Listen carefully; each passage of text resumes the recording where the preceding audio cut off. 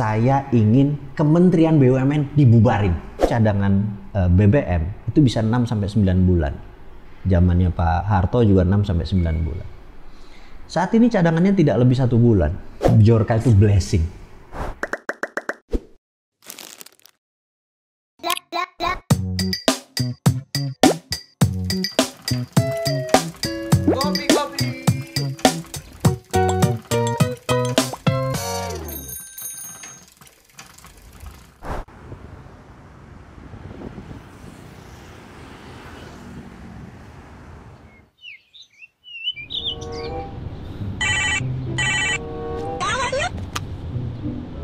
Ya, halo. Kenapa Pak? Oh, teh. Oke siap Pak. Di ruangan Bapak.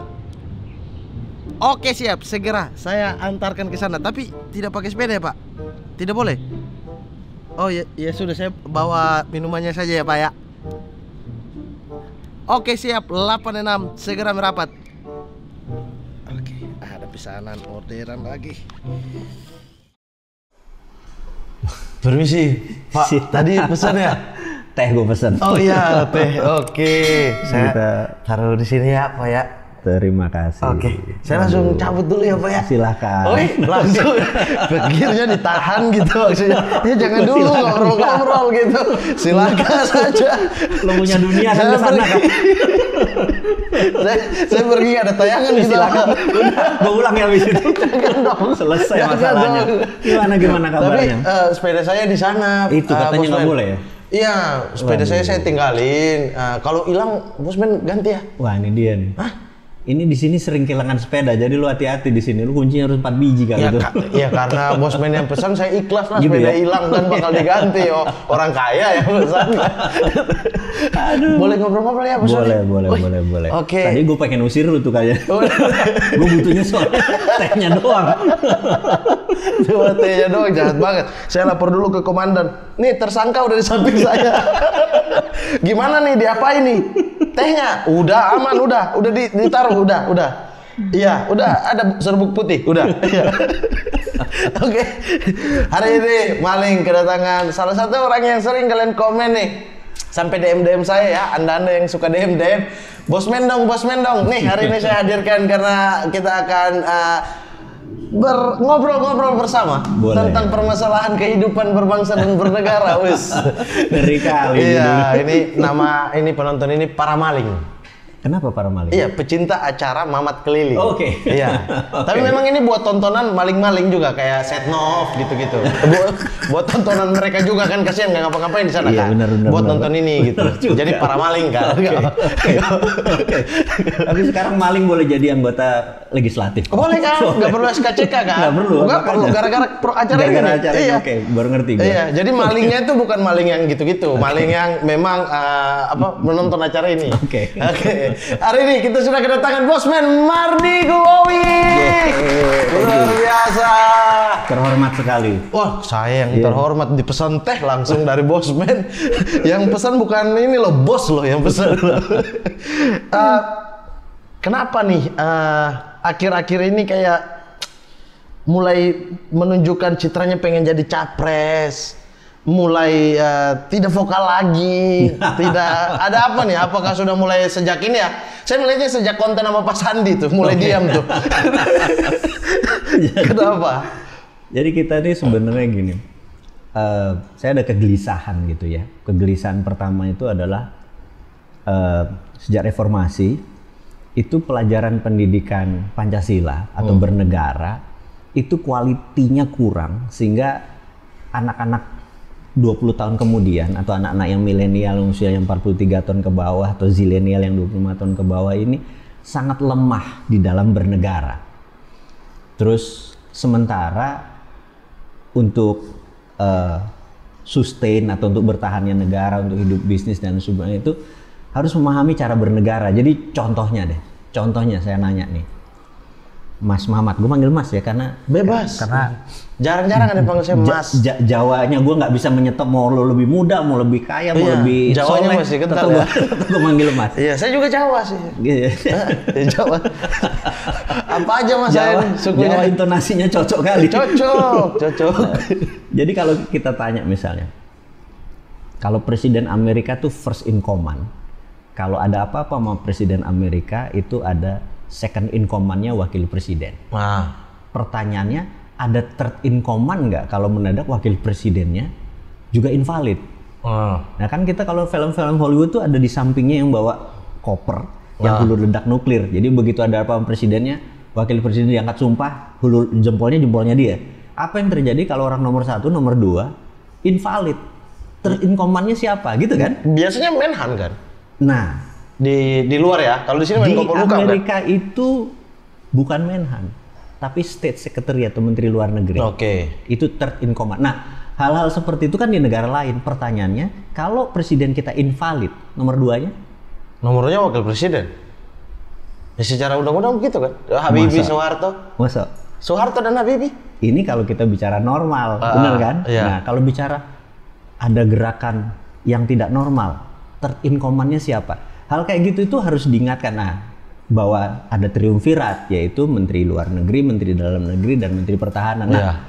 anak-anak sekarang triumvirat apaan ya? Gitu loh, kayak gitu. Oh, Ini oke, yang saya oke, merasa, oke. waduh, ini kayaknya kalau saya nggak mengeducate mereka, kayaknya akan kesenjangannya nih jauh, kira-kira gitu. Tapi itu apakah prioritas gitu? Artinya sesuatu hal yang priority untuk anak-anak untuk mempelajari? Enggak itu? juga, saya cuman gelisah. Oke. Karena kalau mereka tidak punya spirit kebangsaan, mereka nggak punya nasionalisme, mereka nggak punya rasa memiliki negara ini, wah rusak negara ini. Gitu ya, itu pendapat saya, bukan pendapat orang. Jadi saya pikir, udahlah saya berniat untuk membuat 1000 video cara cerdas bernegara. Jadi saya buat ceritakan semua apa itu nation threat atau ancaman negara, siapa yang menentukan ancaman, apa itu ancaman, siapa yang mengelola ancaman gitu ya. Nah, seperti itu terus. Jadi kalau pelajarannya dibuat kekinian, contohnya adalah pelajaran, kemudian contohnya kekinian, Xi Jinping tuh ngapain, Erdogan tuh ngapain, Putin tuh ngapain. Jadi cerita kekinian tapi dikemas sama ilmu, gitu ya.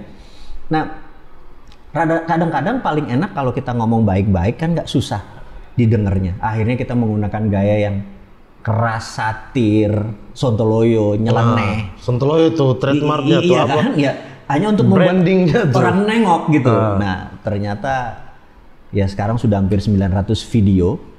Berarti targetnya sih 100-an lagi? Tinggal 100 lagi, tugasnya selesai gitu ya. Tapi di tengah-tengah itu tergelitik, ternyata ada lagi yang membuat saya pikir, oke, saya akan tambah 500 video lagi, tapi bukan cara cerdas bernegara. Ini 500 video ditambah biar waktunya timelinenya pas sampai 2024 atau gimana? Kira-kira gitu lah. Oh gitu ya, paham sih saya. Kalau dihitung-hitung kan 1 minggu 1 video ya 500 video lah. Satu hari 1 video.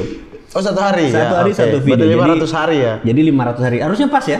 Harusnya. Pas kira-kira untuk masa pendaftaran lah kira-kira. Iya, 6 bulan ke depan ya. 6 bulan ke depan dari sekarang. Nah, yang kita video berikutnya adalah mencari sila kelima. Saya menganggap keadilan sosial bagi seluruh rakyat Indonesia itu hilang. Oke. Nah, itu kan saya berpendapat. Jadi ini mencari sila kelima ini tadinya geopolitik, sekarang geoekonomi gitu. Jadi ya lumayan lah kita mendadak menjadi influencer terdepan untuk geopolitik, geoekonomi kira-kira. Oke, geopolitik artinya hubungan Indonesia dengan negara lain, Yes. hubungan negara lain dengan negara lain yang ada Indonesia kepentingannya Yes. di dalamnya gitu-gitu. Betul. Nah, tapi kan kalau banyak orang nih ya, banyak orang beranggapan bahwa masalah luar negeri bentar dulu nih, karena masalah dalam negeri aja kita nggak selesai gitu. Kenapa ujuk-ujuk untuk menyelesaikan masalah luar negeri? Ini pemikiran awam ya. Nggak gitu. apa-apa, karena memang begitulah cara orang awam berpikir. Padahal masalah dalam negeri mungkin 70% karena masalah di luar negeri. Contohnya? BBM ini naik karena Karena harga minyak dunia iya, naik. kira-kira gitu deh. Harga Gitu. hidup juga jadi naik ya. Iya. Nah itu, jadi keputusan di sini tuh besarnya dari luar. Misalnya suku bunga Amerika dinaikkan dolarnya. Dibandingkan dengan sini ya. Terus, wah saham Indonesia langsung turun. Nah, Nah itu. Nah kalau kita nggak kenal sana, cuman tahu dalam negeri kan ada apa sih gitu ya? tapi kan Menteri Luar Negeri kita termasuk yang salah satu yang gokil lah dalam urusan diplomasi gitu. Apakah belum juga ya? Menurut saya enggak. Kenapa? Kenapa nih? Ini baru Menteri Luar Negeri, kita akan bahas nanti Menteri Dalam Negeri. Iya. Satu-satu menteri nih kita bahas. Iya. menurut saya sih begini. Indonesia kalau mau jadi global player, itu kita harus punya alat gentar, alat tekan. Nah, diplomasi kita tuh nggak punya alat tekan. Contoh aja biar ini. Pakistan tuh jelek-jelek punya nuklir. Jadi pada saat dia ini gue bom loh, gitu loh, ada alat tekan. Indonesia tuh nggak punya alat tekan. Tanpa alat tekan, diplomasi nggak ada gunanya. Sejago apapun diplomasinya, nggak akan pernah ada powernya. Ya apa karena non-blok tadi? Maksudnya non-blok itu yang menyebabkan bahwa kita tidak berpihak, tidak perlu ada tekanan dari mana-mana. Itu. Jadi saya mungkin kebijakan luar negerinya ini, istilahnya kalau New Mind mendapat mandat, kebijakannya saya akan rubah. Foreign policy-nya. Yang tadi, yang udah dibangun founding father. Enggak, itu nggak ada di undang-undang kok non-blok. Iya, tapi kan itu cikal bakalnya dari founding father kan. Masa tuh berubah kan? Oke. Yang kita tidak ubah adalah Undang-Undang 45, Pancasila, bener nggak? Itu nggak kita ubah. Gitu. Prinsipnya dia menjadi netral kita paham. Tapi waktu ngejalaninnya, tanpa deterrent faktor kita diinjak. Tanpa faktor penggentar gitu loh.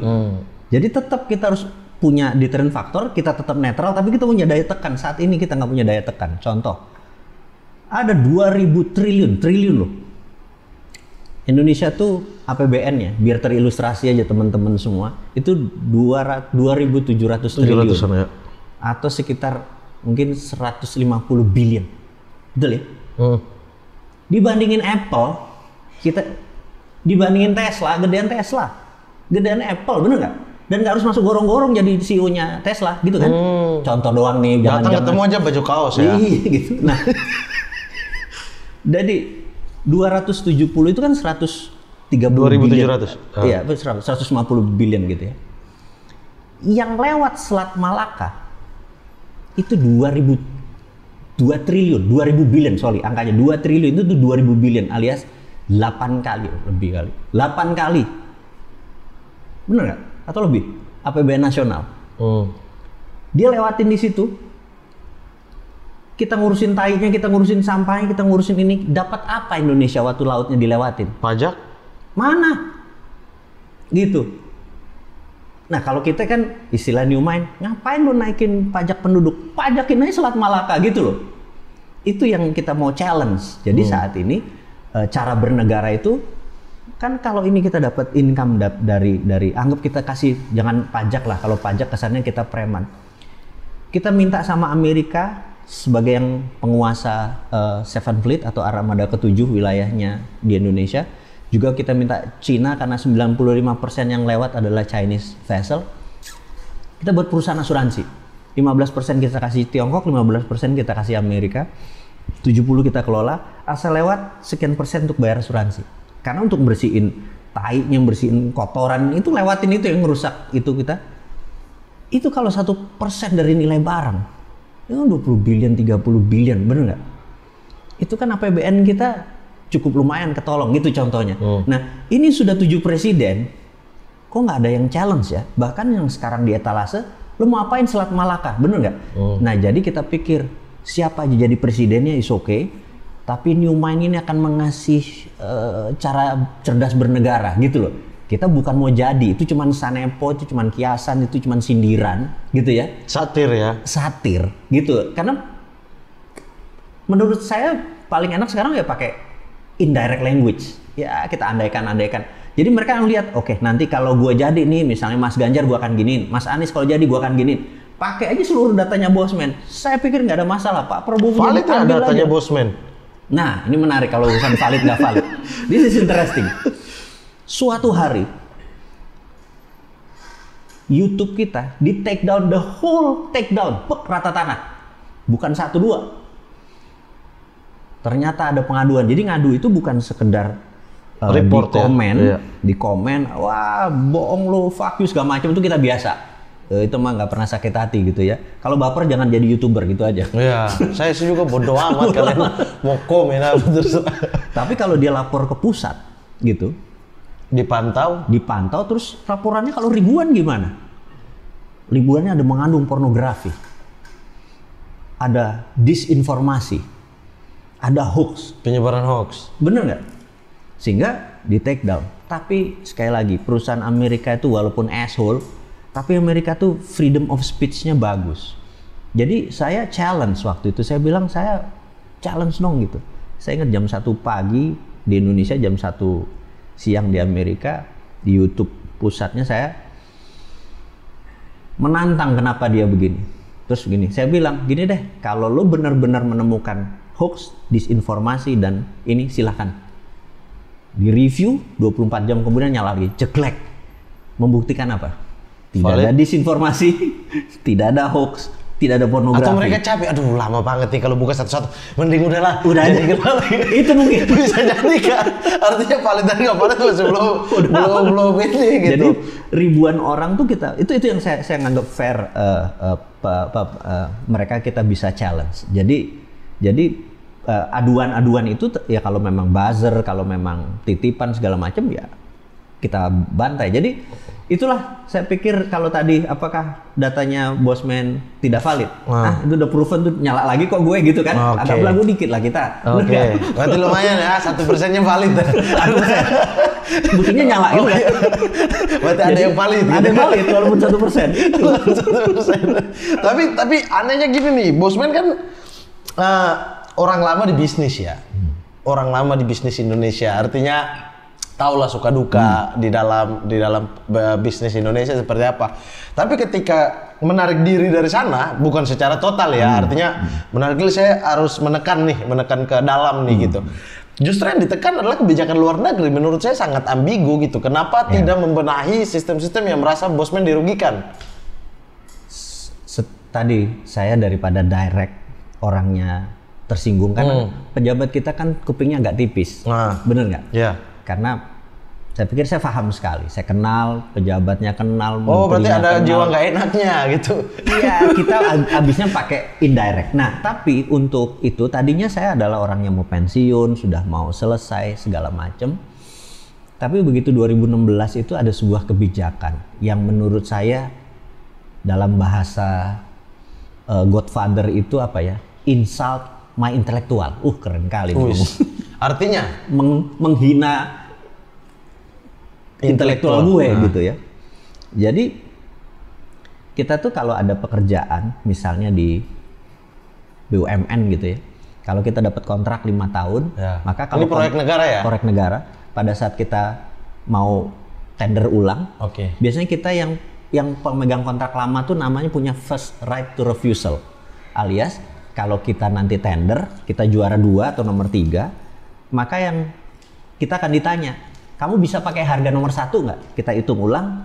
Bisa ya kita ambil, kalau nggak bisa ya kita kalah. Jadi kita kalau bisa kita punya hak untuk menolak dia. Itu sudah melalui LPSC seperti saat ini? Seperti saat ini. Nah, balik ke cerita 2016, entah bagaimana keluarlah peraturan kerjasama antar BUMN. Ya tunjuk langsung lah dia kalau BUMN ke BUMN, bener nggak? Tapi kan secara aturan nggak boleh tunjuk langsung. Kata siapa? Dia ikut tender. Iya, ikut gitu tender dulu. Maksudnya penipuan di dalam tender. Tapi di dalamnya dimenangkan dia mau ngomong apa kita. Walaupun harga dia lebih mahal dari kita. Nah, itu saya bilang, wah ini gimana ya? Udah BUMN itu regulator, dia operator, dia bergabung jadi kartel. Miskinlah negara ini, saya pikir sektor swastanya, ngerti nggak? Iya, artinya kan itu hal-hal yang apa namanya ya, yang harus dibenahi kan. Kenapa tidak berfokus kepada situ bahwa mungkin pembubaran Kementerian BUMN 2016 mulai kita bunyi jeger dianggap orang sakit hati sama pemerintah. Dia punya buzzer rupanya yang menyerang ini diserang. Kok jadi, ngerti nggak? Kok jadi personal gitu, jadi kita mau challenge kan? Karena kalau challenge one on one sama challenge publik, saat ini lebih senang opini publik diutamakan. Jadi saya pikir ya udah, saya bicara lewat itu, akhirnya saya terusin, akhirnya jadi keterusan. Itu sejarahnya. Keterusan, tapi lebih coba ke kebijakan luar negeri Indonesia, lebih interest ke sana. 400-an video pertama itu lokal. Kebijakan dalam negeri. Kebijakan dalam negeri, tapi cuman 3 yang saya target adalah BUMN, foreign investment, dan kebijakan Kementerian Keuangan. Hanya 3. Saya nggak nyerang pertanian, saya nggak nyerang perikanan. Tapi kan saling berhubungan tuh. Tapi saya nggak ahlinya. Kan kita hanya fokus apa yang saya kenal, bisnis oil and gas. Adalah bisnis 25 tahun hidup saya gitu. Tapi itu berdasarkan pengalaman kan, bukan berdasarkan sekolah. Artinya betul, sekolah beda lagi kan. Artinya bukan ahlinya. Itu makanya jadi kalau saya masuk pertanian saya nggak ngerti. Kita nggak berani ngomong sesuatu yang kita nggak paham gitu aja. Tapi kalau keuangan, kalau foreign investment atau ini, wah itu mah makanan kita ya. Tapi harusnya gitu, kan gue boleh minum nih. Boleh dong, halal nih, halal ya. Halal, tapi Oke, udah bismillah ada ya. ini saya taruh sesuatu udah Ada gula. disuruh tadi di HT udah taruh ya. Oke, lanjut. Ya, lanjut. semoga bertahan 5 menit ya. Ini bukan yang punya efek depan itu kan? Apanya? Ini ya? Enggak, efeknya langsung selesai. Podcast ini selesai maksudnya. Oke. Gimana? Tapi Bos Mending menarik nih sebenarnya ya. Saya boleh angkat kaki? Oh, boleh. Biar ngikut gitu.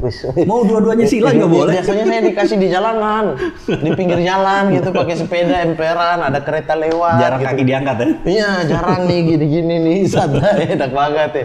Ini anggap aja nih stasiun Jatinegara ya, biasa kalian dengar ya. Anggap aja di sini nih. Bos, tapi menarik banget, maksudnya kayak kegelisahan tentang investasi. Sementara kebijakan negara kita sebenarnya cocok loh dengan apa yang menjadi fokus atau menjadi bisnis daripada Bosman gitu loh. Sebenarnya kalau santai-santai aja, baik-baik saja, sebenarnya peluang secara bisnis, peluang secara masa depan sangat lebih bagus gitu karena kebijakan Indonesia kan ke arah sana, investasi, infrastruktur dan lain-lain, dan Bosman 25 tahun di situ. Kalau mau bergabung aja, artinya kalau mau menyatu lah gitu. Sebenarnya kita nggak pernah mengkritik infrastruktur yang dibangun oleh pemerintah. Boleh cek. Yang saya kritik kenapa ngutang. Oke. Sama, saya nggak anti IKN. Sama. Jadi caranya dong, gitu. Jadi bukan apanya, tapi how-nya yang saya kritik. Gitu. Oke. Nah, kritik itu bukan berarti harus ngikutin apa yang kita punya. Jadi pada saat kita mengkritik, pasti kita ngasih solusi. Nggak pernah kita ngeritik tok kayak oposisi. Tapi nggak apa-apa juga dong ngeritik tok. Orang tugas yang cari solusi yang kita pilih. Jangan. Loh, nggak bisa. Saya nggak sepakat nih. Solusinya kita kasih alternatif. Jadi, bos, lu kan pakai cara ini. Kenapa nggak pakai cara ini? Gitu loh. Nah, oke. Itu selalu. Oke. Tapi kalau ada orang yang ngekritik dan tidak kasih solusi, wajar dong. Nggak. Saya pikir kalau ngeritik nggak kasih solusi nggak fair. Loh, yang cari solusi kan yang kita pilih. Mending kita yang duduk di atas kalau kita tahu solusinya. Mending kita. Kita kasih alternatif aja nggak dikerjain. Nah makanya. Gitu. Apalagi solusi. Kira-kira. Oke, gitu. Oke. Artinya tidak semuanya adalah bertentangan dengan apa yang diyakini atau apa yang di. Menurut aku hampir tidak ada yang saya menentang kebijakan atau apa yang dilakukan sekarang. Yang saya menentang itu kenapa berhutang? Kan ada cara nggak berhutang. Caranya berarti iya. Ya. Kenapa nggak? Makanya yang saya kritik adalah bisa nggak pakai berhutang? Bisa nggak pakai dolar gitu loh? Oke. Kita mau membangun tapi kita nggak punya uang. Kita bilang kita nggak punya dolar mungkin, tapi kita nggak mungkin nggak punya rupiah. Bener nggak? Oke. Kok berani ngutang 10.000 dolar? Kenapa nggak berani ngutang 100 juta rupiah? Bedanya apa? Oke. Kalau nggak ada uang printing money aja, kan sesederhana itu. Ya hutang lagi dong, bayar lagi dong. Sama, tapi kan pakai rupiah. Kalau hutang pakai rupiah, jadi gini. Oh, Amerika juga utangnya besar, iya, tapi utangnya pakai dolar. Dia bisa cetak sendiri lagi. Iya, sama. Pemerintah Jepang utangnya besar, iya, tapi utangnya pakai yen karena dia berhutang pada asuransi, swasta, lembaga asuransi kan ini dia pemerintah menerbitkan surat utang negara yang beli swasta. Jadi yang ngutang tuh dia juga. Nah, Indonesia ngutangnya mata uang asing. Itu yang kita suka challenge. Artinya peredaran mata uang asing justru meningkat dibandingkan rupiah. Iya, dan gitu itu kan berbahaya. Karena kita bisa disetel, dinaikin dia turunin, ini berbahaya. Itu kena nation threat. Jadi saya pikir kalau pejabatnya tidak mengerti nation threat atau ancaman buat negara ini, itu parah sekali bernegaranya. Gitu loh. Ancaman terbesar dalam hal ekonomi untuk Indonesia? Indonesia ini rentan. Dari luar ya? Dari luar. Indonesia ini rentan sekali. Dulu di zamannya sebelum pemerintahan sekarang itu cadangan BBM itu bisa 6 sampai 9 bulan. Zamannya Pak Harto juga 6 sampai 9 bulan. Saat ini cadangannya tidak lebih 1 bulan. Alias si Mas Mamat ini gue kasih ide gila lo ya. Lo bayar private army, triple canopy kek, tentara bayaran. Lagi kapal tanker kita keluar di Selat Hormuz, tembak tuh propellernya atau baling-balingnya kapal tanker kita, ceklek kan, copot, dia harus docking kan. Itu barang nggak masuk ke Indonesia kan, BBM-nya. Itu habis, nggak ada barang di Indonesia ini. Bisa rubuh pemerintahan ini, gitu loh. Terlalu sensitif, rakyatnya bergerak meminta itu. Nah, karena kita tidak independen energi, karena itu goyang terus. Nah, kita ingetin. Itu loh yang menurut aku kadang-kadang kayak gue man against the world, manusia ngelawan arus gitu loh. Tapi bagi gue kalau selama kebenaran, ya udah gue ngomong aja. Gitu. Jangan sampai orang terinspirasi sama gue nih gitu. Oke, berarti ancaman secara ekonomi adalah cadangan-cadangan energi sebenarnya. Banyak, belum lagi toto dolar. Jadi gini, suatu hari saya di Kentucky itu adalah sebuah tempat military base. Kita tuh ada namanya dollar simulation. Jadi ada currency war gitu. Ini dunia militer ya. Perang tuh kan ada perang militer, ada perang ekonomi atau economic war, ada perang currency. Itu dia melihat semua negara, ada 160 negara. Terus dolar tuh dinaikin nilainya sekian. Terus ada yang biru, ada yang kuning, ada yang merah. Kalau merah ini collapse. Dinaikin lagi, ada yang hijau tetap hijau gitu. Dinaikin lagi, tinggi. Dinaikin ini Cina tuh hijau terus gitu. Jadi Indonesia misalnya dolar sekarang 15.000, dinaikin 20.000, jegret collapse negara kita. Bener nggak? Gitu. Terus itu disimulasi, itu ternyata Cina enggak gitu.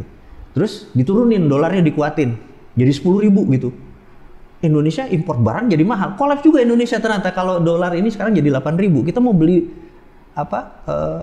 mau ekspor jadi nilainya jadi nggak ada nilainya, kita beli kita bisa gitu. Ternyata sensitif juga gitu. Nah ternyata Cina tuh dinaikin 20%, masih tetap hijau, dinaikin 30% masih diturunin. Jadi Cina itu sudah berarti currency war, tidak akan dipakai dolar untuk menyerang Cina gitu loh. Nah saya ngeliat gila ya, ini ada simulasinya begini semua.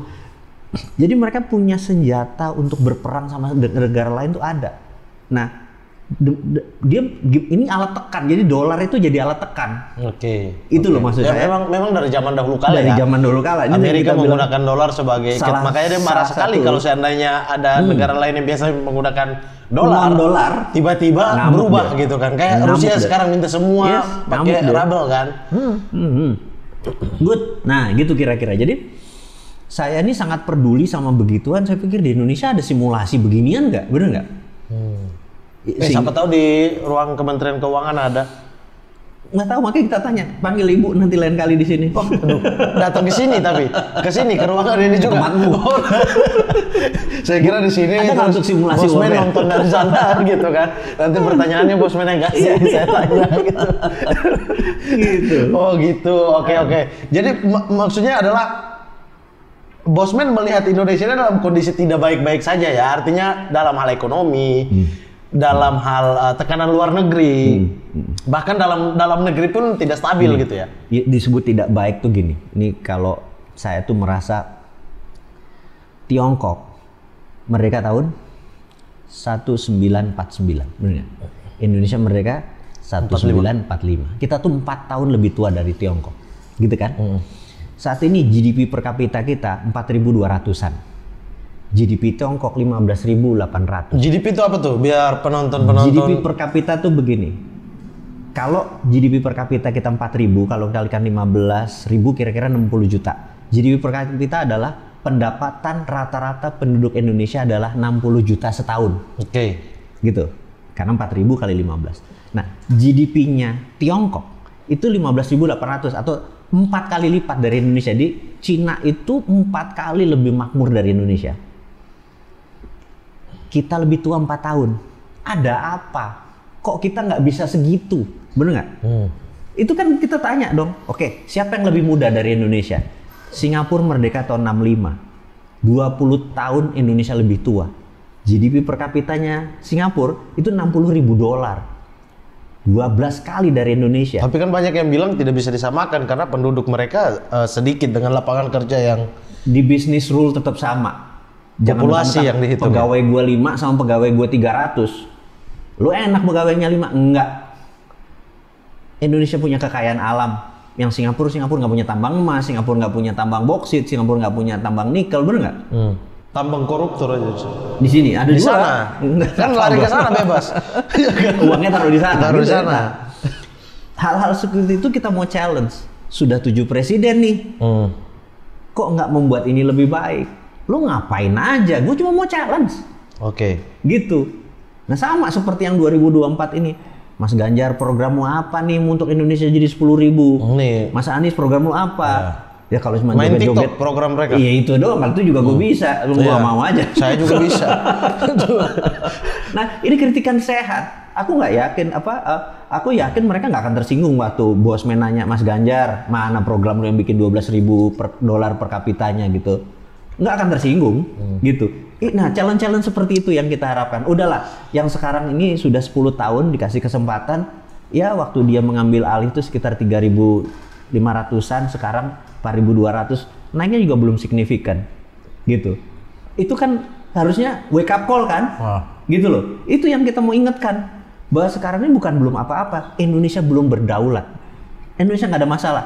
Tapi kalau Indonesia 10.000 dolar per kapita, ini saya mau cerita sedikit. Kemarin saya ke Bali. Ada salah satu acara sama Mas Menteri nih. Pak Sandi. Iya, jadi dia makin dekat ya, makin mesra ya. gitu ya. Jadi dia udah nggak bisa kritik pariwisata deh sekarang. Oh bisa, dan desa, tenang aja. Desa. Jadi di Sanur saya lagi lihat ada suami istri lagi dia bule duduk depan saya, terus dia lagi nonton musik gitu kan. Di Sanur lebih light daripada nggak apa kayak orang Kute lah gitu. Yeah. Jadi musiknya jazz gitu. Terus dia pesen lagu gini. Saya pikir saya seneng ngelihat orang yang romantis di usia tuanya gitu suami istri. Saya bilang sorry, lu dari tadi ngomong sama pasangan lu so beautiful. Gua ini, oh thank you kata dia gitu. Saya bilang dari mana? Dia dari Australia. Oke. Lo enak ya hidup di sini di Indonesia. Iya kami sudah hampir 1 tahun tinggal di sini. Terus berencana mungkin forever sini. Oh ya terus dulu kerjanya apa gitu? Saya kerja di KFC 20 years, saya nabung. Saya bilang dia kerja di KFC 20 tahun nabung bisa hidup di Bali. Indonesia seumur hidupnya dengan tabungan segitu, ya, dengan hidup. Gitu. Nah saya pikir kapan Indonesia gitu? Tukang sapu di sini tapi jadi sultan di Amerika. Ya. Nah gimana kalau GDP kita masih 1/10 dari negara mereka? Kan kita harusnya 10 kali di atas Amerika baru kita begitu. Nah, itulah membuat bangsa ini berdaulat. Kita punya proud. Nah, kebanggaan itu tuh harus diingatkan. Kita bukan nggak ada apa-apanya. We are okay. But kita tuh punya potensi untuk menjadi negara yang 10 kali lebih besar dari sekarang. Kok lo nggak bangun sih? Gitu. Tapi itu yang gua potensi itu kan tiap tahun akan menurun terus kan. Karena misalnya kita bicara soal energi, kita bicara soal kekayaan alam. Itu kan sesuatu hal yang akan habis gitu. Jadi potensi itu semakin lama semakin hilang dong. Bayangin cucumu bilang, manggilnya apa? Opa apa? Eyang? Cucumu manggilnya apa kira-kira? Panggil nama, Mamat. Karena anak kecil kan kita bebas deh panggil nama. Bilang, Eyang, dulu zaman Eyang itu ada tambang emas ya, kok sekarang nggak ada, bener nggak? Oh. Terus dulu tuh katanya Indonesia pengekspor minyak, kok sekarang minyaknya nggak ada, kita impor gitu. Lu ngomong apa sama cucu lu? Kenapa yang sisanya cuma merkuri, air raksa, sianida, rusak semua alam kita? Lu ada yang bisa jawab nggak? Gitu. Bahwa kita meninggalkan negatif ke cucu cicit kita. Karena kita nggak terlalu peduli sama mereka sebenarnya. Kita mau keduknya now gitu ya. Nah hal kayak gini saya melihat bahwa statement negarawan di Indonesia tidak ada statement, tidak ada negarawan. Gue mau challenge nih, maaf, maksudnya gini. Seharusnya negarawan itu tidak berpartai. Misalnya gini, ada yang senior kita misalnya Pak Amin Rais, saya minta Pak Amin Rais stoplah berpolitik, lo jadi negarawan, netral. Pak Tri Sutrisno, lo negarawan, dia saat ini netral. Semua orang yang sudah pernah mengecap dudukan strategis, kalau perlu Bu Mega, Pak SBY, sudahlah stop. jadi negarawan. Karena kosong saat ini negarawan, orang yang netral yang ngomong atas nama bangsa nggak ada. Contoh, begitu harga BBM naik kemarin di dunia misalnya, nggak ada sebuah orang duduk memberikan direction, negara akan begini. Waktu COVID, negara akan begini. Tidak ada statement, pernyataan dari negarawan, address, yang memberikan nation address gitu loh, pidato kenegaraan. Saya gelisah, jadi kadang-kadang anak-anak bilang, Bosman, IG live 20.000 orang ya itu negara Republik Sontoloyo aja. Kepada new mind, ya udah gue ngomong sama orang itu aja kita arahkan. Ini yang harus kita lakukan, bener nggak? Oke. Ya, itu hanya Tapi nyindir. berefek nggak sih hal-hal yang dibuat di sosial? Karena saya berpikir gini, misalnya kayak ini, ya akan habis di sini karena kita tidak punya kemampuan untuk membuat kebijakan yang lebih gitu. Artinya kita Gini. bukan ada di dalam sistem. Gini, banyak udah orang saat ini yang akhirnya bergetar juga. Yang oke dah, kayaknya patut nih dipertimbangkan. Alhamdulillah menurut saya sudah dapat respon kok dari beberapa teman yang kapan ke Jalan. lapangan banteng gitu. Jadi ya oke. Kapan ketemu ini Pak Menteri ini siap gitu. Udah terjadi kok saat ini. Gitu. Akhirnya kita udah duduk empat mata sama. Tapi 2024 surut lagi niatnya. Kita mau lihat lagi nih presiden baru bisa apa gitu. Ih, nggak tahu gua. Pasti akan surut lagi kan 5 tahun lagi kita lihat pemilu bisa apa gitu. Apa karena pemilu yang terlalu singkat gitu ya? Nggak 5 juga. tahun sekali. Nggak juga. Tapi nggak tahu nih apa yang terjadi karena apa benar 2024 ada pilpres, jangan-jangan nggak ada kali, ada nggak? Nah kan bikin isu lagi, udah statement udah di mana-mana, Ada. udah nggak Kan pasti ada. pasti 2024. Anggarannya udah turun Udah soalnya ya? KPU. Kuncinya itu, kalau anggaran turun gue percaya. Oh iya, Benar, anggaran udah turun. sudah diketok palu kan anggaran Benar. pemilu. Tapi udah turun belum nggak? Udah ya? udah. Ya udah. Makanya nggak bisa ditarik lagi tuh. Udah, kalau itu aman, berarti kita bisa nyalon berarti ya? Iya, masalahnya adalah anggaran turun pemilu ada tapi orang lama masih bisa ikut ya. Nah, itu. Pertanyaannya diganti sekarang. Ada apa enggak? Udah pasti ada. Iya. Tapi siapa Iya. calon-calonnya itu Nggak kan? apa-apa. Emang bagi saya siapa aja saat ini ya, bagi saya siapa aja yang jadi nggak masalah. Tapi saya minta cuma satu hal, mungkin ini terlalu teknis. Saya minta cuma satu hal. Sudah 50 tahun terakhir, 50 tahun. Ini gue nih ketuaan kali untuk ngomong sama anak-anak muda ini. Dulu di tahun 70-an itu ada namanya Prit Jigo. Parkir itu bayarnya 25 perak. Prit 25 perak. Sekarang saya parkir di Indomaret, Prit 5.000. Iya. Artinya dalam 50 tahun itu naiknya 200 kali, bener nggak? Itu tuh 20.000%, gitu ya. Dulu tahun 70-an saya di abang-abang somai, 100 perak. Itu saya dapat pare, somai, kol, telur. Sekarang 20.000, gue baru dapat makan somai di abang-abang, bener nggak? Itu naiknya dari 100 perak ke 20.000 itu kan 200 kali, atau 20.000%. Oke, kita mau lihat kebijakan Kementerian Keuangan. Dulu tahun 70-an tuh ada namanya Berkeley Gang. Mereka tamatan dari UC Berkeley, California. Selama 30 tahun mereka mengelola negara ini. Terus kemudian 20 tahun terakhir, ingat ya Bu Menterinya sama ya, mau menterinya SBY juga beliau, Pak Jokowi juga menterinya beliau. Ini Menteri apa? Menteri Keuangan. Oke. Baru sadar ya? Iya. Orangnya dia juga kan? Enggak. Kirain Menteri BUMN yang lama tapi itu orangnya itu juga. Ini kalau saya nih punten ini ngomong ini. Dia tamatan Illinois gitu ya. Terus temennya yang ini Illinois, yang ini Illinois. Jadi saya sebutnya mereka ini Illinois Gang. Kalau ini Berkeley Gang gitu ya. Ini selama 20 tahun dan 30 tahun, itu 50 tahun tidak membuat rupiah berdaulat. Tidak membuat inflasi terkendali contohnya. Jadi nih kalau nanti siapapun yang jadi di tahun 2024, gue mau challenge nih 10 tahun lo menjabat sampai tahun 2034. Harga somai jadi 10.000 atau jadi 50.000 nih, bener nggak? Parkiran nih dari 5.000 sekarang jadi 2.000 atau jadi 10.000 nih. Artinya deflasi dong kalau kita berharap menjadi 10.000. It's okay. Jepang deflasi, Switzerland deflasi. Justru itu masalah buat Jepang kan? Tidak juga. Tergantung selera kebutuhan. Jadi nggak selalu hukum bahwa harus gini dan harus gini, tergantung kebutuhan. Jadi karena sekarang udah inflasinya kebanyakan kan. Nah, Tapi jadi, menurut pemerintah, klaim pemerintah di sekarang ini lumayan berhasil menekan inflasinya. kita bicara 50 tahun. Oh, oke, bicara 50 Kalau tahun ya. bicara Iya. segini lo bilang benar Iya, gitu ya. Tapi kan nanti alasannya itu kan pemerintah lalu yang membuat kebijakan kayak gini, zaman Soeharto krisis dan lain sebagainya. Saya ngomongin 20 tahun orang itu juga ya. Oh, 20 tahun sekarang. Oke. 20 tahun dia juga. Nah, kalau orang ini orangnya mungkin diganti, tapi pola pikirnya adalah Western knowledge. Oke. Gua nggak yakin dia akan masih pakai rumus yang sama, bener nggak? Nah, ini yang kita mau challenge. Yuk kita ubah jadi bukan ubah. Tambah MMT mau nggak, Modern Monetary Theory. Ini kita urai. Jadi siapapun yang jadi kita kasih alternatif ini. Itu yang kita mau ajak. Karena lu udah gue kasih chance 50 tahun. Masa gue kasih lagi 50 tahun ke depan? Tapi kan menurut Bosman semuanya tidak terlepas daripada Indonesia bukan siapa-siapa di pihak luar gitu kan. Nah, artinya kalau ada tekanan lagi dari luar, artinya kita mau gimana dong? Bisa. Jadi gini. Satu, kita harus punya alat tekan. Bener nggak? Misalnya, alat tekan Indonesia apa? Energi udah habis. Jadi gini. Kita punya TH atau thorium. Jadi power plant itu 2 energinya. Pakai nuklir atau non nuklir. Nuklir itu pakai uranium atau pakai thorium TH. Bahannya thorium. Saya ini pro nuklir, tapi bukan uranium.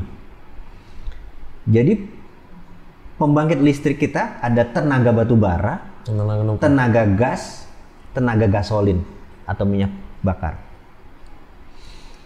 Saya berharap Indonesia kalau mau independen energi, karena thorium kita di Bangka itu banyaknya bukan main. Jadi kita ubah menjadi power plant berbasis thorium. Ini kan gila idenya. Kita jadi tidak import minyak lagi untuk bahan bakar, tidak batu bara lagi yang rusak karena karbonnya banyak, kita pakai thorium. Thorium kita kalau udah jadi, negara-negara lain kita kasih gratis kalau perlu 4 sen dolar untuk Singapura kita buat di Bangka, kita kasih ke Malaysia sehingga mereka jadi dependent. Persis kayak sekarang siapa sih Rusia ngasih gas ke Jerman dan kawan-kawan Eropa Barat. Nah, kita juga sama, kita kasih thoriumnya ke sini. Karena thorium itu nggak ada karbon dan resiko radiasinya. Tapi biaya pembuatannya, pembangunannya Sama dengan buat power plant. Sama buat power plant yang lain, butuh biaya juga sama. Join kita, ada Amerika, ada Tiongkok, jadi kita berteman sama mereka bangun. Karena dia butuh thoriumnya, dia butuh TH-nya. Thorium ini adalah alat tawar kita. Lo nggak nurut, gue nggak kasih, gitu kan? Nata ini memang nggak jadi dalam semalam, pelan. Tapi kita punya grand plan bahwa tahun 2045, 23 tahun dari sekarang Indonesia superpower, Cina sama Amerika di bawah kita. Kita harus berani kayak gitu. Tapi kan banyak yang menganggap kalau punya plan kayak begitu, misalnya banyak yang komentar, Bosman ini halu banget sih ngomongin nuklir, kita belum sampai ke arah sana, ngomongin luar negeri, konspirasi ke Indonesia dan lain sebagainya, kan banyak kan? Banyak yang bilang gitu. Nah, harus gimana dong? Kayaknya yang cuman mikir gila ini cuman Bosman doang, bener nggak? It's okay, walaupun gue sendirian, bener nggak? Tapi lama-lama kan ketularan juga kegilaan. Tapi kok mengakui mau berpikir gila? Gila ini kan sesuatu yang bisa terjadi, bisa enggak kan? Ruginya di mana? Berarti hanya teori dong? Enggak juga. Grand plan-nya kan tidak bisa menjadi praktek langsung gitu. Bisa, sangat bisa. Saya bisa mengurai seluruh teorinya, seluruh bukunya, seluruh ilmunya, seluruh guru besarnya, seluruh contohnya semua ada. Masalahnya bukan tahu nggak tahu, tapi berani nggak. Gitu loh kuncinya, bener nggak? Nah, kalau pemimpin tidak punya kwitansi, dia nothing tulus. Tapi kalau gue nih punya kwitansi, di belakang gue ada yang pesen, lo harus pesen ini, gue menangin lo, gue kasih lo sekian, tapi lo giniin gue, kwitansinya banyak, berat berangkatnya. Kayaknya di antara semua calon yang nggak punya kwitansi Bosman doang nih. Apa karena duitnya udah banyak? Jangan lupa sepeda saya hilang dibayar. Itu dulu tuh kwitansinya gitu. Udah suruh bawa katanya di sini kan. Gitu kira-kira. Iya, tapi kan maksudnya kalau kita berbicara Indonesia masalah yang kompleks sih, Bosman. Artinya enggak. Percaya gue. Artinya banyak kepentingan di situ. Banyak tekanan luar negeri seperti yang Bosman bilang. Lokal itu yang dibutuhkan cuman perut kenyang, sehat, bener nggak? Rumah sakit semua biaya ditanggung, semua kerja tuh mudah, easy money. Butuh APBN berapa banyak tuh? Nah, ini menarik. 5.000 sampai 6.000 triliun tuh. Ini menarik. APBN tuh gini, Indonesia tuh GDP nasionalnya 1,1 triliun atau 16 triliun rupiah, 16.000 triliun rupiah. 16.000 yang 3.000 dibuletin aja. Yang 3.000 adalah PBN. Oke. Yang 13.000 ini swasta. Jangan terpesona sama yang ini. Yang 3.000. Yang 3.000. Yang ini yang kita harus terpesona, bener Ini nggak? termasuk BUMN dan lain-lain? Di sini, bener. Oh, 3.000 ini ya? Oh, soalnya utangnya bayar pakai Di ini ya? sini. Ini nih yang kita lihat. Makanya yang terpesona itu semua tuh ribut anggaran. Mau itu anggota DPR, politikus, pejabat. Itu tuh ributin anggaran. Kita kadang-kadang, anggaran tuh nggak ada apa-apanya. Ini loh lo bikin tumbuh. Pasti ininya tumbuh, bener nggak? Sorry, ini swasta nasional apa? Swasta nasional. Apa misalnya kayak perusahaan Enggak, luar dan lain swasta sebagainya? nasional. Ya, 13.000 Indofood di sini. triliun. Iya, Indofood di sini, bener nggak? Semen ini di sini, itu semua di sini. Tapi investasi asing juga kan? Sebagian kan awal ya nggak semua investasi asing, banyak yang lokal, yang kelapa sawit segala macam. Nah, ini kenapa nggak ini digedein sih? Kan pajaknya ke sini juga, gitu loh. Ini mikirnya ini terus gitu direbutin. Oh, proyek itu fee-nya segala macam nggak keren banget. Ini yang gue mau ingetin. Udahlah, mau gedein ini. Jadi double, ini dinaikin ini double kok, gitu loh. Jadi kemudian berinvestasi, easy money dan lain sebagainya, itu akan membuat ini tumbuh. Itu program Pak Jokowi dong? Mana? Kemudahan investasi dan lain Iya, sebagainya? mana? Hah? Mana? Udah tuh, kereta cepat. Oke, Kereta dia cepat. memang membangun infrastruktur. Artinya grand plan-nya ada dong. Kalau kita berbicara grand plan, Grand hal-hal plan-nya yang ada. gila Nah. udah dilakukan dong. Jadi gini, saya tidak salah apa yang dia lakukan. Kita ada challenge 2, kenapa utang itu 1. Terus kenapa pakai asing itu 2. Ada banyak yang kita challenge. Ada 2 negara yang punya dilakukan persis seperti apa yang dilakukan pemerintah sekarang. Pertama waktu itu ada namanya Green Deal, di mana FDR, Franklin Delano Roosevelt tahun 33 memprinting money $100 billion tahun 33 untuk membuat jalanan di Amerika criss cross itu gitu. 11 dari utara selatan, 9 dari timur ke barat. Gitu ya. Itu buat jalanan sampai anak jalan. Itu perlu sekian Mereka banyak. kalau cetak uang seperti itu nggak inflasi ya? Ya kan? Itu kan pertanyaannya, pakai apa? Mereka printing money itu dah. Untuk apa? Ini kuncinya. Mereka bukan ngebangun jalan ini 100% semennya mereka, batunya mereka, kayunya mereka, orangnya mereka, dan tujuan jalan ini dibangun untuk bisnis mobil. Mobilnya buatan Amerika, sehingga seluruhnya adalah American made. Oke, dicontohlah tahun 90-an oleh Tiongkok. Tiongkok baru bangun tahun 90-an. Dia membangun hanya sisi timur. Nggak ada sisi barat, nggak ada di tengah, cuma sisi timur. Dia bangun jalan, kereta api, infrastruktur jalanan berlapis-lapis. Sama. Semua duitnya Cina, teknologinya Cina, printing money sendiri. Bangun. Nah, sewaktu kita ngebangun, itu yang gue tanya. Kenapa tidak pakai 100% Indonesia? Sekarang tak balik nih ceritanya nih Mas Mamat, tak balik nih. Anggap Mas Mamat nih presiden, saya Menteri PUPR. Saya senang. Ngayal ya? Kan kita Raja Halu kan? Ya. Halu kan? Saya enggak, bosman aja. Bosman aja, lu enggak ya? Saya enggak.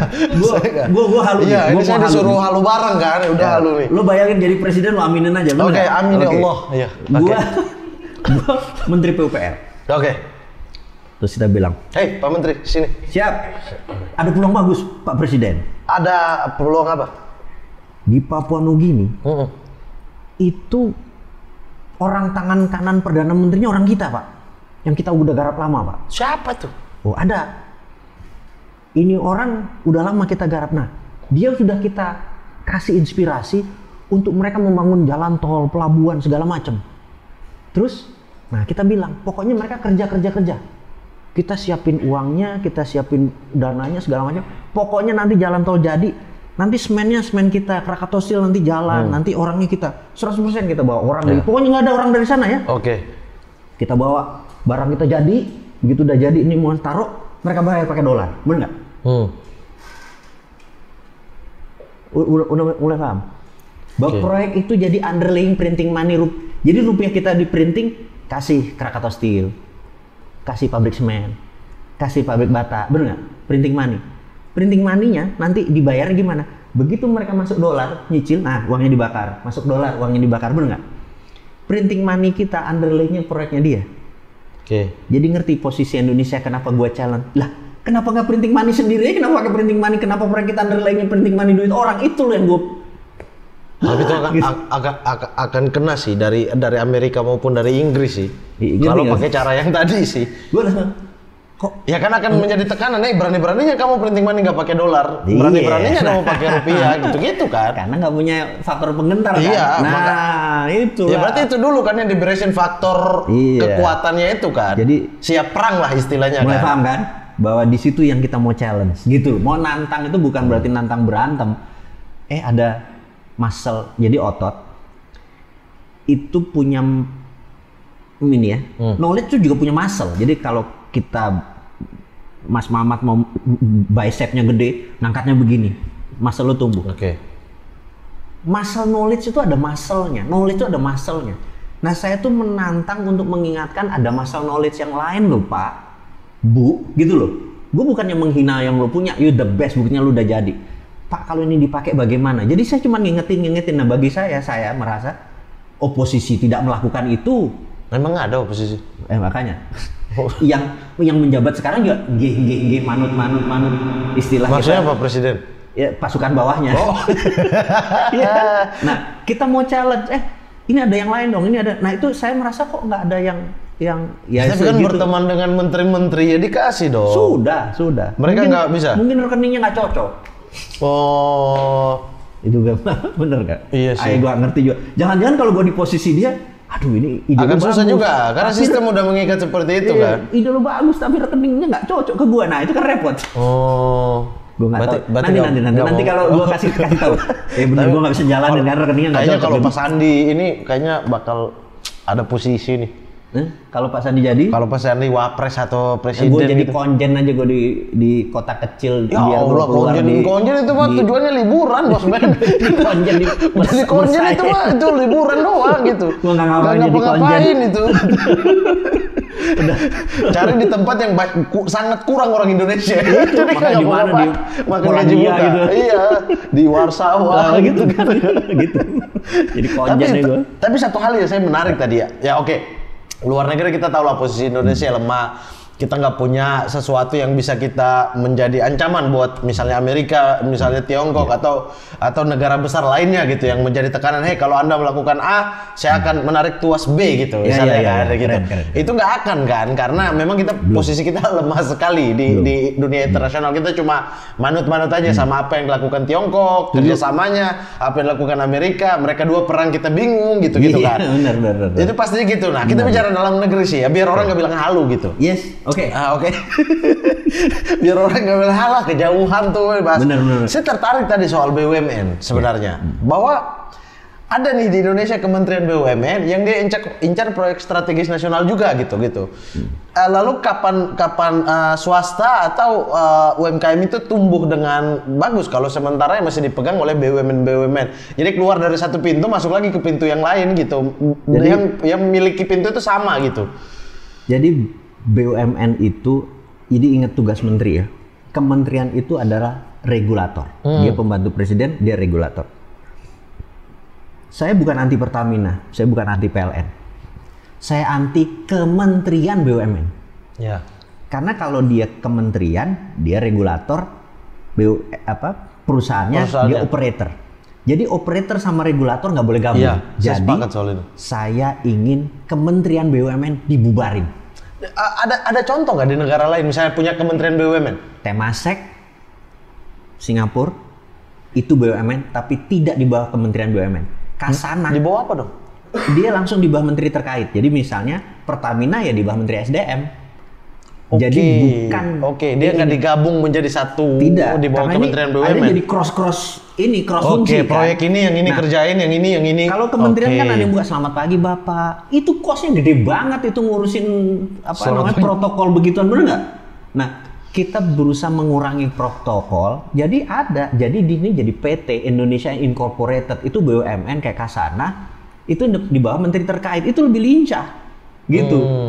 Jadi misalnya Waskita, BUMN juga di bawah Kementerian PU, karena dia kontraktor. Karena kayak gitu. Jadi dan dia komisarisnya itu. Jadi itu juga lebih lincah karena lebih operating. Kementerian BUMN ini yang saya tolak. Gitu. Tuh, brother. Tapi di semua negara emang ada nggak sih? Saya tuh penasaran. Nggak banyak BUMN di dunia ini. Enggak, bukan BUMN-nya, kementeriannya. Nggak ada. Nggak ada. Cina. Nah, Cina itu BUMN-nya bukan badan usaha milik negara, tapi badan usaha milik partai. BUMN itu milik Partai PKC. Komunis ya? Yes. Partai Komunis Cina. Gitu. Oke. Artinya berarti dengan sekarang, misalnya nih ya, kan banyak tuh aset. Misalnya kita ambil contoh bahwa Kementerian BUMN ini harus dibubarkan. Ketika dibubarkan, aset-aset ini akan lari Ini kemana? tidak bubar, Masuk ke karena langsung jadi PT. Jadi nama PT-nya Indonesia Incorporated. Jadi PT. Oke. Ini masuk nah PT pakai undang-undang PT. Oke. Dia bertanggung jawab kalau dia ngutang ya lu sendiri, nggak pakai utang negara. Tapi misalnya kalau dia ambil jalur misalnya tender proyek lah. Nah, dia misalnya waskita, dia tender proyek di PU juga. Ya tetap aja dong regulator jadi operator dong. Beda kalau itu. Jadi di mana sisi swasta kalau kayak gitu lebih lincah. Karena dia tidak si kementeriannya tidak ya benar-benar yang termurah yang diambil selesai. Itu hal yang berbeda. Itu lebih lincah, lebih ringkas. Jadi saya pikir ya suatu hari ini mungkin di 2024 siapapun yang jadi saya minta kementerian itu dibubarin supaya gak kebanyakan kita. Iya. Menurut saya pos ini harusnya tidak ada. Contohnya kalau BUMN itu digabung, itu nilainya mungkin 5.000 triliun. Asetnya. Oke. Rumus bisnis, kalau Mas Mamat berbisnis punya perusahaan 5.000 triliun, omsetmu setahun harus 5.000 triliun. Oke. 1 banding 1. Kalau sekarang nggak nyampe omsetnya, gitu. Sementara perusahaan yang 5.000 triliun itu kira-kira 400 billion dolar atau 300 billion dolar kira-kira. Itu GE lebih besar, Citibank lebih besar, bener nggak? Nah, kalau ini dikelola swasta, itu profitnya bisa 10 kali dari BUMN sekarang. Kalau dikelola, karena tidak pakai kelembagaan, tidak gemuk, tidak ada satpam yang ngebukain, yang selamat pagi, yang ngangkatin Tapi kalau koper. masuk ke dalam kementerian terkait juga Nggak. apa diswastakan aja gitu. Nah, semuanya. Artinya tidak perlu ada di bawah kementerian. Cucu cicitnya ini harus dibuang nih. Jadi jangan sampai Oh iya tuh banyak ini banget tuh. kebanyakan. Jadi mungkin nanti BUMN tinggal 50 biji, nggak 800 kayak sekarang. Itu asetnya masuk ke semua perusahaan utamanya masuk ya? utama. Ini itulah kayak gitu, disederhanakan, dirapihkan, di merger, di listing. Biar perhitungan kereta cepat Jakarta Bandung juga aman gitu ya. Dan semuanya TBK kalau bisa, semuanya going public, milik publik. Oh iya, sahamnya dan lain sebagainya. Jadi udah cepet sekali. Itu kira-kira. Iya sih. Gampang kok ngelola negara menurut gue ya. Wih. Memang bener sih dibilang halu ya. Langsung tiba-tiba gampang loh ngelola negara. Orang presiden aja udah pusing. Makanya udah kasih gue deh gitu. Wih, belum aja ditekan sama pistol itu ya kan. Kamu mau tanda tangan gak? Sama luar gak? Ada maksudnya sama asing gitu kan. Nah, tapi seru sekali sih. Maksudnya banyak sebenarnya bagus untuk banyak planning, kemudian banyak tidak bersumber kepada satu pemikiran saja. Maksudnya, ada referensi A, ada referensi B. Yang paling bagus yang mana sih kira-kira untuk negara kita gitu ya? Jadi saya akan terus bunyi, bukan untuk membuat ego bahwa ilmu gue paling benar. Tapi kita ada ilmu-ilmu lain loh yang gue tunggu. Saya juga nanya, makanya kalau ada ilmu lain, ayo challenge. Jadi misalnya nih, contoh saya ini sebenarnya beberapa kali menantang. Misalnya gini, PDIP sudah mencalonkan Mbak Puan untuk menjadi RI 1 misalnya gitu. Oh misalnya nih, saya pikir udah dapat informasinya. Belum. Misalnya.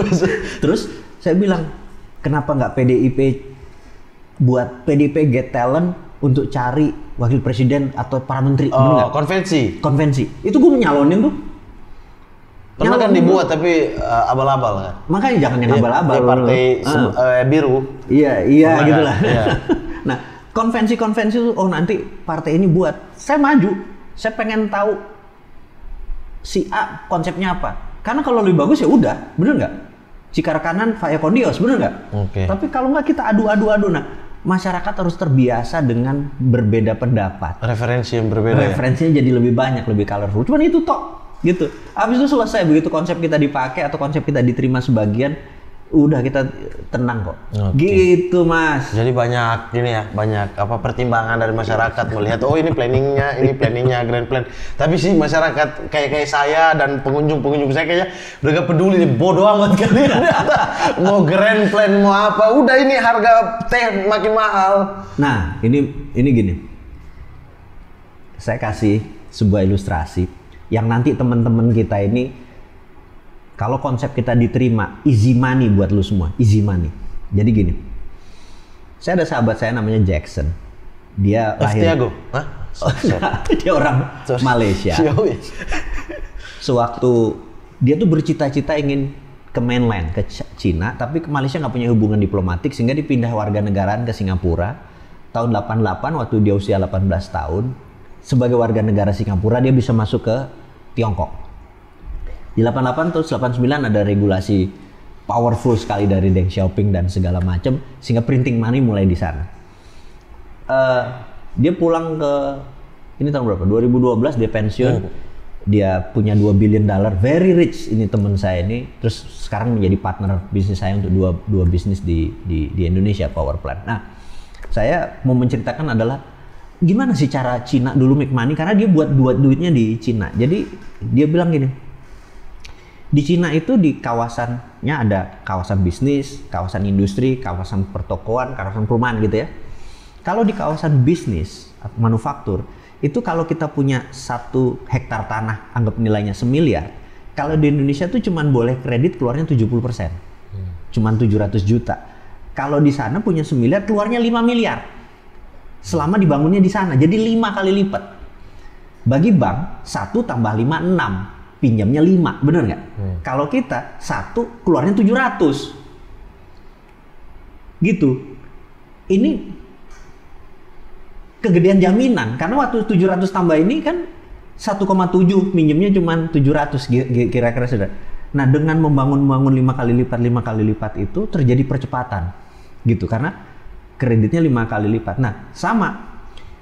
Karena prinsip kita nanti printing money, jadi teman-teman kalau membangun usaha, nih teman-teman kita nih, ini ngayal ya kita ya, ngayal ya, nanti new mind atau dapat konsesi gitu ya, konsesi gitu ya. Teman-teman kalau membangun bisnis, dia cuma punya, wah modal saya cuma ada motor nih, motornya berapa? 15 juta, keluar 5 kali lipat. Itu bisnisnya lancar, bener nggak? Nah, hal-hal seperti beginilah yang membuat kita easy money namanya. Selama ada bisnis. Kenapa 5 kali lipat? Apalagi tujuannya ekspor, itu 5 kali lipat. Tapi kalau lokal mungkin 3 kali lipat. Apapun itu, strategi printing money dan easy money ini membuat semua orang punya opportunity yang sama. Itu yang akan kita lakukan. Jadi ingat ya, pilih Bosman ya. Wih. Ini mulai kampanye nih, mulai gila ini ya? serius nih. Masih gila nih. Bosman coba ini bahasa Inggris coba dikit. Aku nggak bisa bahasa Inggris, nggak bisa gua. Nggak bisa. Gua ngimpi gua aja bahasa Jawa gitu. Oh nggak bisa. Oh ini di luar pakai bahasa apa dong? Pakai bahasa Inggris coba. Bahasa kalbu. Bahasa ini takut ketahuan nih Bjorka ya. Iya. Nggak mau bahasa Inggris ya. Iya. Makanya kalau ngomong ntar gua ketahuan jadi Bjorka. Ketahuan ya. Saya mau ngetes nih pendengaran kan dia udah keluarin video di TikTok kan. Suaranya sama nggak gitu? Iya. Cuma tangannya beda. Tangannya lebih mirip saya bos beda. Makanya. Kan dia angkat tangan tuh di video. Kok lebih mirip saya? Cuma pakai gelang. Saya ada lagi gelang kayak gitu. Nah, lu jangan-jangan. Tapi saya nggak bisa bahasa Inggris. Alah, itu kan dubbing itu. Oh iya, dubbing ya? Kok tahu dubbing? Ini dia. Kok tahu dubbing nih? Gampang lah. Bjorka itu blessing. Gue bilang Bjorka itu blessing bagi gua, bener nggak? Kita tahu dia sudah mengeluarkan 1,2 miliar data dari SIM card. Bener nggak? Seluruh kartu SIM card dia buka gitu. Tahu nggak yang namanya teman-temanku itu?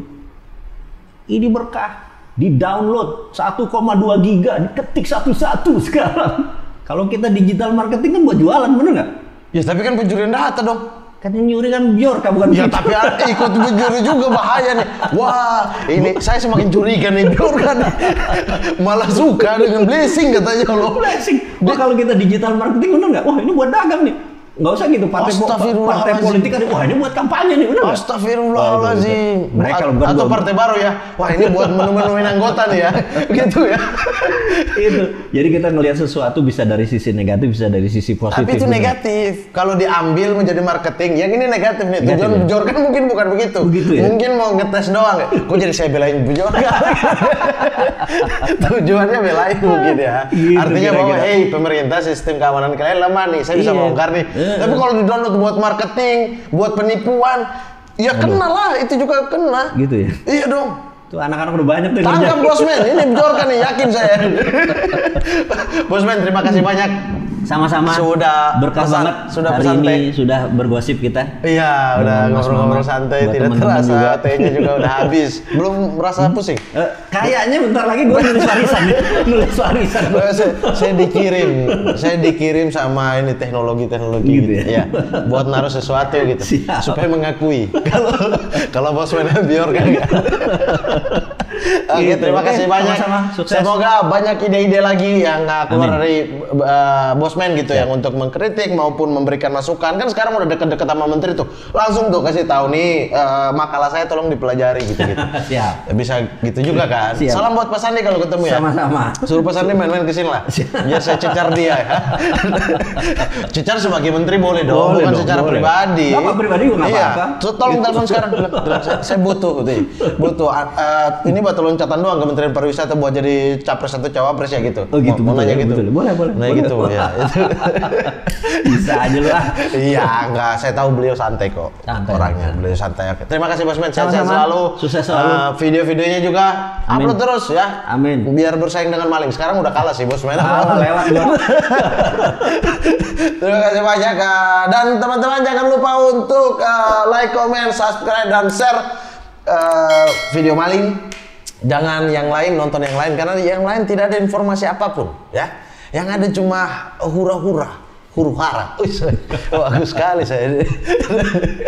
Pokoknya nonton terus maling setiap hari apapun yang diupload itu sudah kalian nonton ya. Nyalakan loncengnya biar tahu setiap ada informasi terbaru soal uploadan video-video dari maling. Saya Muhammad Al-Qadiri pamit. Bosman Mardiko. Assalamualaikum warahmatullahi wabarakatuh. Waalaikumsalam. Thank you.